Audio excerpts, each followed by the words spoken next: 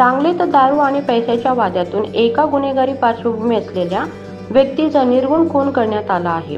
धारदार शस्त्राने छाती, पोट व डोक्यावर वार करून हत्या करण्यात आली आहे. नेमकं काय घडलं पाहण्याआधी HSN मराठी न्यूज चॅनलला सबस्क्राईब करायला विसरू नका, जेणेकरून अशा महत्त्वाच्या अपडेट्स तुम्हाला मिळत राहतील. चला जाणून घेऊया.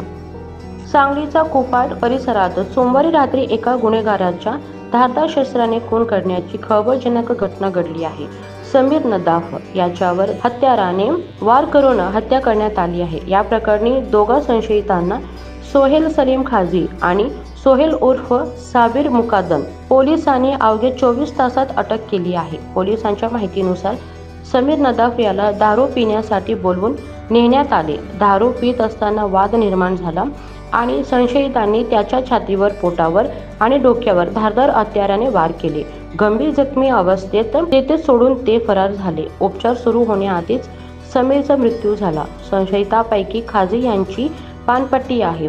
मृत नदाफ हा अनेक वेळा तेथे येऊन सिगरेट, मावा घेत असे, पण पैसे न देता जात होते. पैसे मागितल्यावर तो धमक्या देत असे. यामुळे रागाच्या भरात त्यांनी खून केल्याची कबुली दिली.